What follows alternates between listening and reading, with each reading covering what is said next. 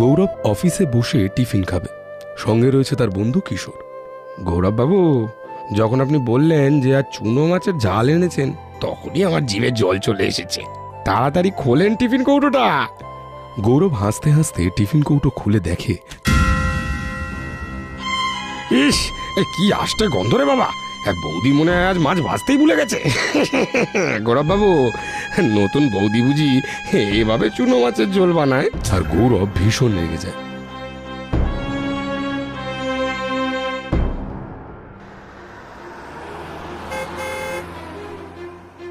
যেটা পারো না করতে সেটা করো কেন?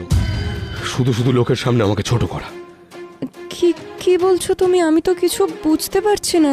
চুনো মাছের ঝাল বলে কাঁচা মাছের তেল হলুদ মাখিয়ে টিফিন দিয়ে দিলে? এমন ইয়ার্কি মারার মানেটা কি? সারাদিন কিছু না খেয়ে রয়েছি আমি। কিন্তু আমি তো... দূর। মাস 6 আগে গৌরব তখন নিজের ঘরে বসে আছে, একটা খাতা পেন নিয়ে। বিপাশা ফটো থেকে কথা বলছে। ওগো, ছেলে মেয়েকে স্কুল থেকে আনার যে সময় হয়ে গেল, এবার তোমার কাজটা রেখে যাও ওদের আনতে। এত ভুলো মন হলে তো হয়েই গেল। গৌরব হাতের ঘড়িটা দেখে বলে, এই রে, এই খুব দেরি হয়ে গেল। দুষ্টু মিষ্টুকে তো আনতে যেতে হবে, উঠি এবার তাড়াতাড়ি। এই বলে গৌরব বেরিয়ে যায়।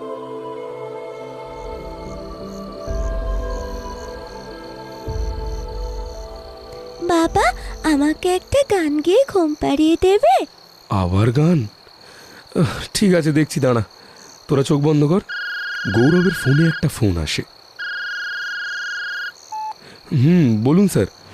গৌরব, তোমায় এক্ষুনি কারখানায় আসতে হবে। কি, এক্ষুনি কারখানায় যেতে হবে? কিন্তু এখন তো রাত, ছেলে মেয়েদের রেখে যাব কিভাবে? তুমি যেভাবে হোক ম্যানেজ করে এসো, ফোনে সব কথা বলতে পারবো না, তুমি দ্রুত চলে এসো। গৌরব খানিক চুপ থেকে ছেলে মেয়েকে বলে, বলছি শোন না, খুব দরকারি একটা কাজ আছে রে দুষ্টু মিষ্টু, আমাকে একটু বেরোতে হবে। আমি পাশের বাড়ি থেকে দিদাকে ডেকে দিচ্ছি, ঠিক আছে?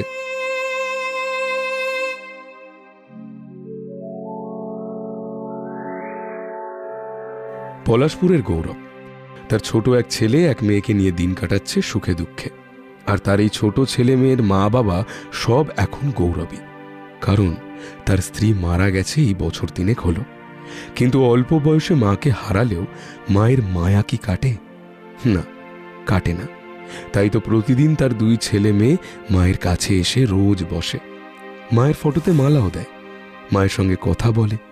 আর তাই হয়তো সংসার আর সন্তানের মায়াও কাটাতে পারেনি বিপাশা।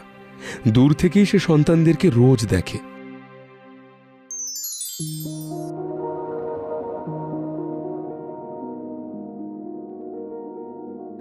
গৌরব বাড়ি আসে, পিসিমা বাচ্চাদের পাশে বসে আছে, বাচ্চারা ঘুমোচ্ছে।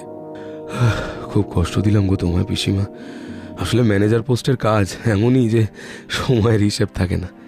তা তুমি কি সারা রাত এভাবেই বসে আছো? না না, ঘুমিয়েই ছিলাম, এই উঠলাম এখন। বলছি গৌরব, এবার তো ওদের জন্য একজনকে দরকার বাবা। তুই এইভাবে বাইরে থাকিস, আমি বুড়ি মানুষ, আমি আর কতদিন আছি বল? আর তখন কি হবে একবার ভেবে দেখ বাবা। কিন্তু ওরা ছোট, নিজের ভেতরে গুমড়ে গুমড়ে মরে, সারা দিন কথা বলার জন্য ওরা কাউকে পায় না। একটু মাথা ঠান্ডা করে ভাব বাবা, আমার একজন পরিচিত মেয়ে আছে, খুব ভালো, তুই বললে আমি কথা বলতে পারি। গৌরব 7-5 ভেবে অবশেষে রাজি হয়ে যায়। পিসিমার দেখা মেয়ে অন্বেষার সাথে তার বিয়ে হয়। কিছুদিন পর অন্বেষা টেবিলে খাবার দিয়ে যায়। দুষ্টু মিষ্টু, তাড়াতাড়ি আয় রে খেতে, স্কুলের দেরি হয়ে যাচ্ছে যে। তারা খেতে আসে। দাঁড়া, আমি খাইয়ে দিচ্ছি। অন্বেষা তাদেরকে খাইয়ে দেয়।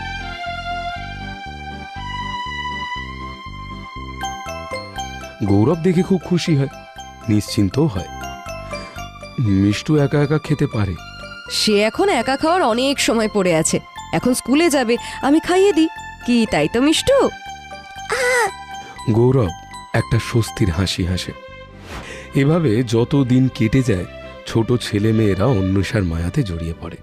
আর এসব দেখে বিপাশার মনে হয় প্রতিদিন একটু একটু করে তার স্বামী এবং বাচ্চারা তাকে ভুলে যাচ্ছে, ছেলেমেয়েরা তার থেকে আলাদা হয়ে যাচ্ছে। এই ভেবে বিপাশা অস্থির হয়ে পড়ে।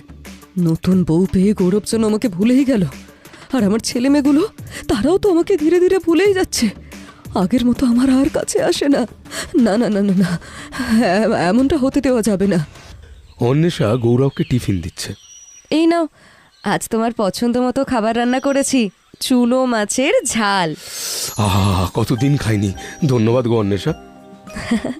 নিজের মানুষকে ধন্যবাদ বলতে নেই।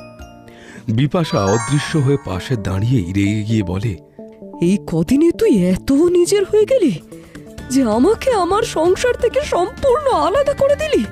দাঁড়া দাঁড়া, মজা দেখাচ্ছি আমি তোর। সে টিফিন কৌটোতে ম্যাজিক করে। তারপর গৌরব সেটা নিয়ে চলে যায়।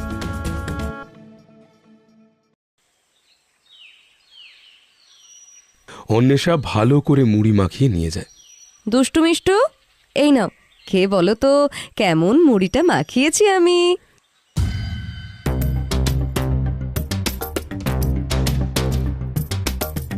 ডালের বড়া নিয়ে গৌরবের কাছে গিয়ে বলে, বলছি এই বড়াটা খেয়ে বলো তো কেমন হয়েছে, খুব যত্ন করে বানিয়েছি।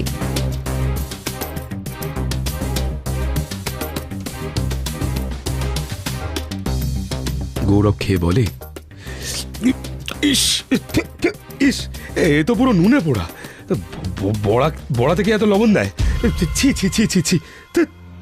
ওদিকে বাচ্চারা মুড়ি খেয়ে চিৎকার করে ওঠে। ও কি ঝাল, কি ঝাল, আমার গলা চলে যাচ্ছে ছোট মা, আমার গলা চলে যাচ্ছে। তুমি এত লঙ্কা কেন দিয়েছো ছোট মা? আমরা যে লঙ্কা খেতে পারি না। অন্বেষা ছুটে গিয়ে জল এনে খাওয়ায় দুষ্টুকে। আমি যে তোদের বাটিতে লঙ্কা দিইনি সোনারা। বাটিটা নিজের হাতে তুলে নেয় অন্বেষা। এ কি, সত্যি তো এত লঙ্কা এলো কোথা থেকে? গৌরব এবার রেগে যায়। তুমি না এই খাওয়া নিয়ে ইয়ার্কি করাটা এবার ছাড়ো। বিপাশা একটু কষ্ট পেয়ে বলে, আজ শুধুমাত্র তোর জন্য আমার ছোট ছেলে মেয়েগুলোকে আমি লঙ্কা খাওয়ালাম। তোকে আমি এ বাড়ি থেকে তাড়িয়েই ছাড়বো।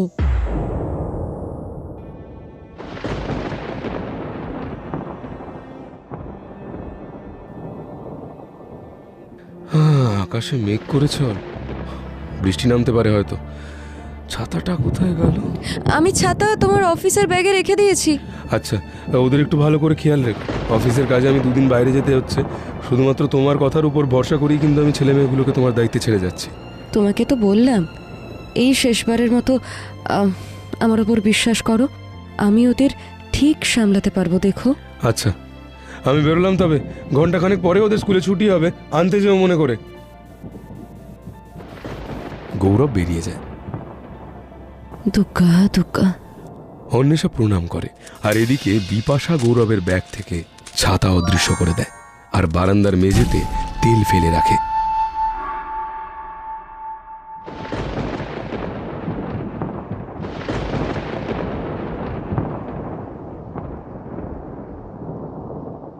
এবার যাই, দুষ্টু মিষ্টুর স্কুল ছুটি হওয়ার সময় হয়ে এলো। এই বলে অন্বেষা বেরোতে যাওয়ার সময় পড়ে যায়। তার পায়ে চোট লাগে। ও বাবা গো, গেল গেল, আমার পাটা মনে হয় ভেঙে গেল। এখানে এত তেল এলো কিভাবে? এবার আমি স্কুলে যাব কি করে? ওকেও তো এখন ফোন করা যাবে না, পিসিমাও তো বাড়িতে নেই। ও কি মহা বিপদে পড়ে গেলাম রে বাবা। এদিকে বাইরে ঝমঝম করে বৃষ্টি পড়ছে।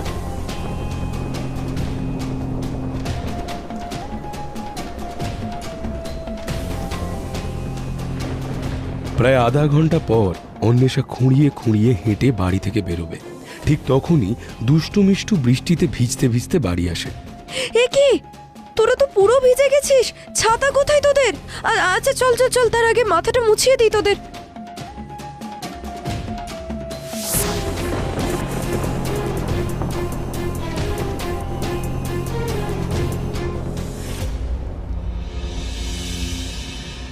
শোন, এই গরম দুধটা খেয়ে নে।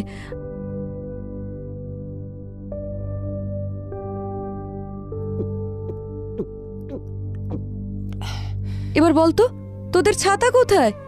আমরা একটা চেয়ারে ছাতা রেখে আইসক্রিম খাচ্ছিলাম ছোট মা, আর সেখানেই কেউ চুরি করে নিয়েছে আমাদের ছাতা।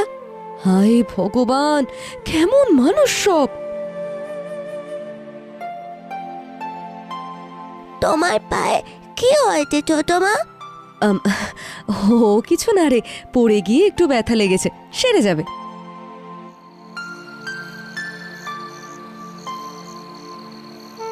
অন্বেষা দুষ্টু মিষ্টুকে খাবার খাওয়াতে এসে দেখে তারা শুয়ে আছে। এ কি, দুজনেই ঘুমিয়ে পড়লো? না না না না না, এভাবে খালি পেটে ওদের রাখা যাবে না।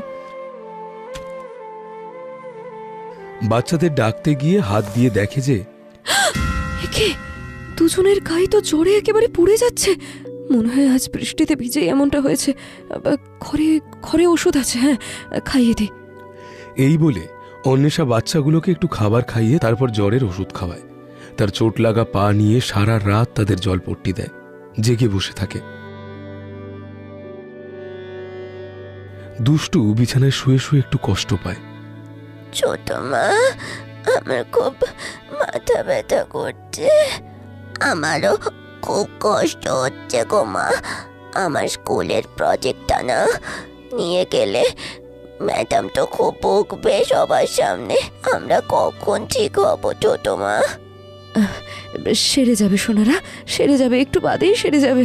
ভোরের থেকে একটু জ্বর কমলো ঠিকই, কিন্তু আবার তো দেখছি জ্বর এসেছে। ডাক্তারকে এক্ষুনি ডাকতে হবে। দেখে বলে, এসব আমারই কৃতকর্মের ফল। অন্বেষাকে শাস্তি দিতে গিয়ে আমি গৌরবের ছাতা লোকালাম, আর এদিকে আমার ছেলে মেয়েগুলো বৃষ্টিতে ভিজে এত কষ্ট পাচ্ছে, অথচ আমি এ সময় ওদের একটু ছুঁতেও পারছি না। আর অন্বেষা চোট লাগা পা নিয়ে ওদের কত যত্ন নিচ্ছে। না না না না না, এমন ভুল আমি কখনো করব না। ছোট ছেলে মেয়েগুলোর জন্য বড় চিন্তা হতো, তাই মায়ায় পড়ে আমার মুক্তিও হয়নি। কিন্তু এখন আমি নিশ্চিন্ত। এবার আমি মুক্তি নেব খুব তাড়াতাড়ি।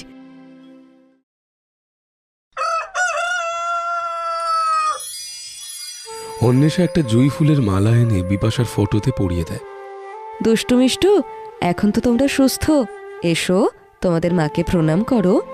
আজ তোমাদের মায়ের জন্মদিন, তোমাদের বাবা বলেছিল আমাকে। ওরা এসে প্রণাম করে। মা, এই জুঁই ফুল খুব ভালোবাসতো জানো। তাই তো ছোট মা এই ফুলের মালা গেঁথেছে আজকে। পাশে দাঁড়িয়ে বিপাশার ফটোর দিকে তাকিয়ে থাকে গৌরব। ভালো থাক আমার সোনারা, ভালো থেকো গৌরব, তুমিও ভালো থেকো অন্বেষা, আমার সংসারে আলো হয়ে থেকো। এই বলে অন্বেষা মুক্তি নেয়। খাওয়ার টেবিলে বসে আছে সবাই।